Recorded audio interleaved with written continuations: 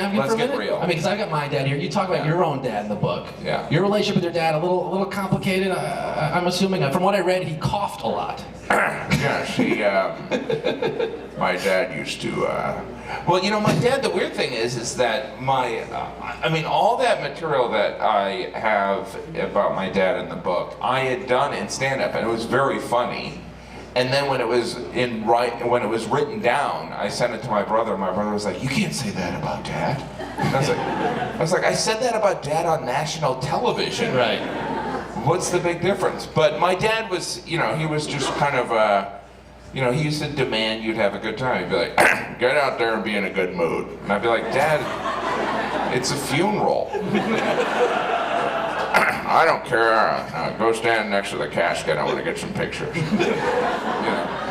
But it's just, you know, he never really understood technology. I remember he used to always leave the same message on my answering machine. He'd be like, it would go beep, and he'd be like, "Hello? Hello? Tell Jim his dad called." I'm like, who's he talking to? And I like call him up, I'm like, "Yeah, Dad, my answering machine told me you called." And then my toaster told me I was hungry. So.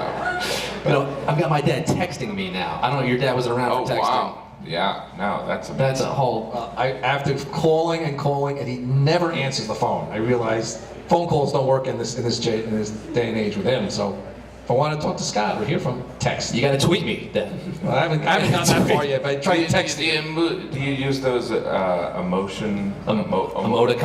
Do you use some of those? Like, No, "Hey, get never. back in touch with me, Scott, frowny face." Right. Smiley face. I don't know how to do that, but "Mr. Papa, thumbs up." I think you just taught him that word, actually, an emoticon. You know, you're raising your kids in this day and age of iPads, iPhones, unique challenges now that parents are dealing with. Yeah. You know, are you letting your kids play Angry Birds on the iPad? When do you introduce them to the iPad? Well, the iPad is, it seems like a brilliant thing, and it is great if you want to, like, take a plane with a kid. Right. But it is highly addictive. Like, we don't have an Xbox or a PlayStation or anything like that, which seems like cruelty to a 7-year-old boy. But the iPads, because you always have big ideas. Oh, there's all these apps, like in the commercial, where they can learn to read. They don't play any of those things. They're not interested in them at all. They find out your password and they just buy, you know, Eden, and they buy different games where they're just killing people. it's more fun reading Where's Waldo to Scott. Yeah. Oh. Is there an app on the iPad for Where's Waldo? Have they done that yet? I don't even know there was that reading in Waldo. I'm like, hey, I'm all for lazy reading. Just look at the pictures, You can't Scott. really Look say at the you're pictures. reading. Dad read me Where's Waldo. Here. Here's the page, kid. It's like, I read Checking my his kid a eyesight. coloring book. How about being a celebrity? Is there a unique challenge to that? Having, you know, you're on the playground, I'm sure you get recognized. Are your kids a little weirded out that strangers know who their daddy is? Well, I think, I mean, that's flattering that you say, but I mean, 1.6 million Twitter followers, Jim. Well, you know, the thing about being a comedian that I think is different than being an actor or a musician is that because comedy is a conversation and there is no fourth wall, I think that people just assume that we're all friends. Hey, you know, he was telling me jokes about Hot Pockets. We're buddies.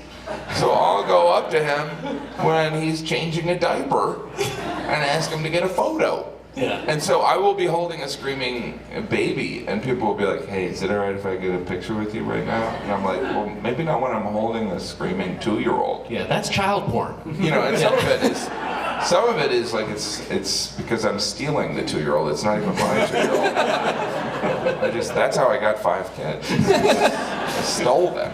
God, well, and you're touring. Obviously, you're still touring with the stand-up, and your stand-up is some of the best out there. And I heard that you're bringing your kids and wife along on the tours this summer. Yes, we have a tour bus that picks us up at our apartment, and the tour bus is roughly the same size as our apartment. And we just pile them on, and then we go and we travel to different cities. We do a show a night. Last spring break, we went to Mount Rushmore. There you go, spring break capital. That's the most applause Mount Rushmore's ever gotten. It's, you know, people used to go on to Mount Rushmore for their honeymoon, but now there's so much stimulation. People are just like, it's just faces on a mountain. Are they gonna blink or anything? No, but I brought my kids and I said, take a look, because I'm never coming back here. Well, we're still, the Rogowskys have yet to visit Mount Rushmore. You gotta I was go. gonna say there's only 3 left with the sequestration. You know, they had to cut back. There you go, you need a writer? If you're an American, you'll go there. Yeah. If you love this We country, didn't take Scott there. No. No. if you love your country, you'll go there and look at the, you know, because the Black Hills of South Dakota, they're sacred to the Lakota Indians, Right. and out of respect, our government carved 4 white guys in one of the mountains. Sandblasted them white, yeah. Well, it's a great book, and your fans will love it. And Jim, thank you so much for making the time. Thank you. Jim Gaffigan, everybody.